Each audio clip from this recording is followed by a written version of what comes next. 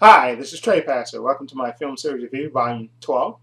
Of course, we're going through the Alfred Hitchcock collection, and the movie that I promised to watch, which I watched earlier today, was 1948 Rope, starring Jimmy Stewart, John Dahl, I believe, and what's the other guy's name? Farley Granger. Okay, this is of course directed by Alfred Hitchcock. Okay, and the basic story in this movie, uh, which is based on a play. It was about two young men who decide to commit the perfect murder by basically strangling their inferior classmate. Okay, these two men are young men who were taught by a professor about who had a theory about murdering inferior classmates, how the superior should be allowed to murder the inferior.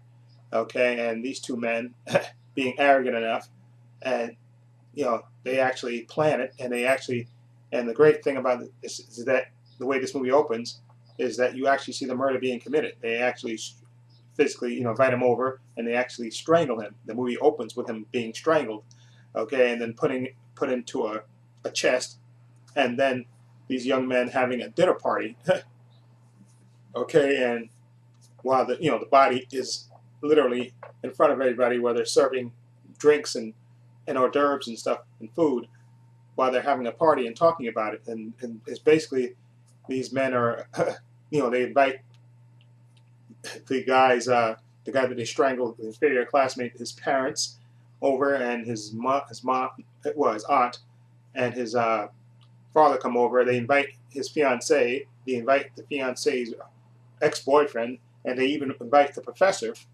who had this theory, played by Jimmy Stewart, uh, and who plays Rupert Cadell, that's his character, and the two gentlemen that created the murder, John Dahl, who played Brandon, and Farley Granger, who plays Philip. Okay, like I said, they're the two men who commit the murder. And this movie is, like I said, it was based on a play, and it's shot in basically one. It's shot all in one apartment. I guess all in one a room. Well, not one room, but one whole area. The apartment. It's shot in that one whole area. Okay, and you have really good acting in this movie, and Farley Granger plays the more, I guess, weaker of the two friends, and John Dahl plays Brandon, the more, I guess, arrogant of the two. And all through the dinner party, you see Farley Granger's character. He's sort of losing it as the dinner party goes along and along. He starts to get, you see his character is the weaker of the two, and he starts, and every once in a while he has to get, I guess, bolstered up by John Dahl's character. He has to kind of bring him back because he's constantly almost on the verge of losing it.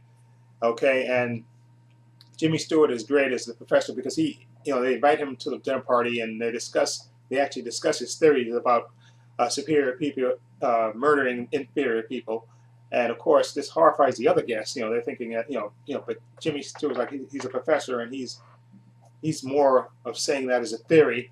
But these two gentlemen literally take his words for gospel and actually commit the murder. Okay, and all through the evening, it's like almost a cat and mouse to see what's going to happen if they're going to discover the body or not, or what's going to happen, or if Farley Granger's character is going to lose it and just confess. Is Jimmy Stewart's character going to pick up on the clues and stuff? And it's just a really tense, suspenseful movie. And the movie, I think it's only 80 something minutes. I think, how long is it again? It's uh, yeah, 80 minutes. It's only 80 minutes, but it moves. And like I said, you have the guests wondering where the murdered guy is, because he was invited to the party, and of course he got there actually early and got strangled. But other people are wondering why he's not there, because he's usually punctual and everything else. And it's just a really good suspenseful movie, and like I said, great performances. And I love the near end where Jimmy Stewart comes back after leaving, and he comes back to the apartment, and he has a confrontation with the two young gentlemen. It's very, very good. The whole sequence of events, the way it happens, It's just fantastic, great, theater. You can see how that would be a play because of the way it's staged.